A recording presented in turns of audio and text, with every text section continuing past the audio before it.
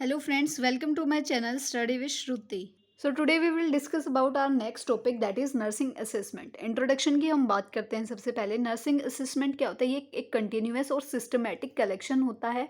इसमें हम क्या करते हैं? एनालाइज करते हैं, वैलिडेट करते हैं, कलेक्ट करते हैं और कम्युनिकेशन जो पेशेंट के डाटा का या फिर इंफॉर्मेशन का, मतलब जो हम पेशेंट का डाटा कलेक्ट करते हैं उसकी इन्फॉर्मेशन जो हम लेते हैं, तो ये क्या करता है नर्सिंग असेसमेंट की एक कंटिन्यूस रहेगा, पूरा सिस्टमेटिक वे में चलेगा।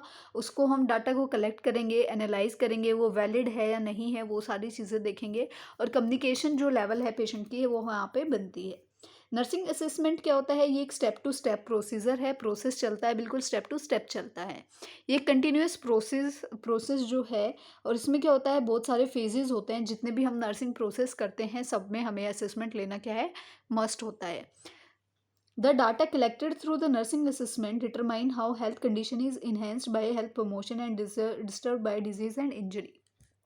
अब हम जब नर्सिंग असेसमेंट करते हैं, जब हम डाटा कलेक्ट करते हैं, तो उसमें हम देखते हैं कि पेशेंट को कंडीशन को क्या हुआ है, पेशेंट को क्या प्रॉब्लम है, उसको क्या डिजीज़ हुई है, वो क्या हमें बता रहा है। तो उसकी जो कंडीशन है हम उसको कैसे तो प्रमोट कर सकते हैं कि आप उसकी हेल्थ को कैसे प्रमोशन जो है किया जा सकता है, क्योंकि हमें उससे पेशेंट के बिहेवियर का और उसकी जो बात करने का तरीका, उन सारी चीज़ों का पता चलता है। उसी के साथ साथ हमें पता चलता है कि जो उसकी बॉडी है, उसकी हेल्थ कंडीशन है, उसको डिजीज़ ने कैसे अफेक्ट किया है, कैसे इंजरी ने उसको अफेक्ट किया है। ठीक है, इसमें क्या क्या रहता है? पेशेंट के रिगार्डिंग जो भी इंफॉर्मेशन होती है, रेलिवेंट जो भी इंफॉर्मेशन है वो उसमें प्रोवाइड होती है।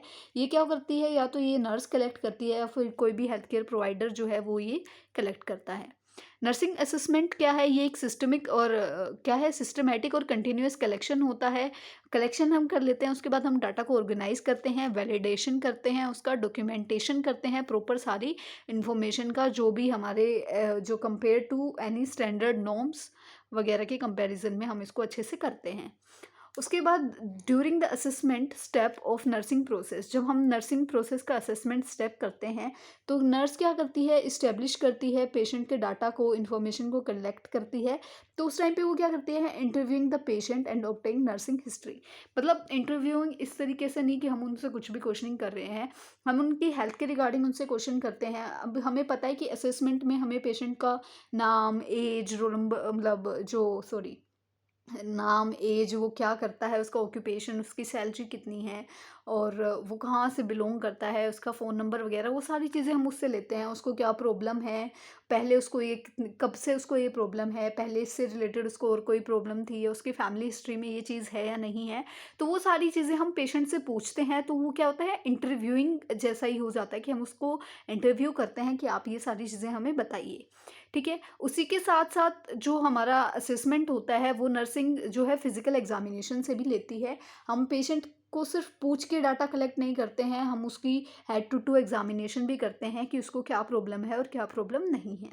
अदर सोर्सेज क्या होती हैं पेशेंट के इन्फॉर्मेशन को लेने के लिए? पेशेंट की फैमिली को हम ले सकते हैं, कोई भी पीपल उसके साथ आया है उसको लेके कर सकते हैं। पेशेंट का हम रिकॉर्ड चेक कर सकते हैं। अदर जो हेल्थ केयर प्रोफेशनल्स हैं वो जो है ये काम कर सकते हैं। उसके बाद जो नर्सिंग और अदर हेल्थ केयर लिटरेचर्स हैं उन सारी चीज़ों को भी यहाँ पे असेस कर सकते हैं। After the nurse has establish the patient database, data about the patient are collected continuously because the patient health status can change rapidly. जब हम पेशेंट का डाटा लेते हैं तो ये नहीं है कि हमने अपने पीछे डाटाबेस से पेशेंट का डाटा उठा लिया कि पेशेंट को ये प्रॉब्लम थी, ये थी, तो ये हम उसी को कलेक्ट करके नहीं चल सकते हैं। हमें दोबारा से पेशेंट का डाटा जो है वो कलेक्ट करना होता है, बिकॉज़ किसी का भी हेल्थ स्टेटस जो है वो रैपिडली चेंज हो सकता है। किसी को कोई प्रॉब्लम पहले नहीं थी, अब हो गई, या अब है, पहले नहीं थी। तो ये चीज़ें हमें क्या है वहाँ पे मैनेज करके चलनी होती हैं।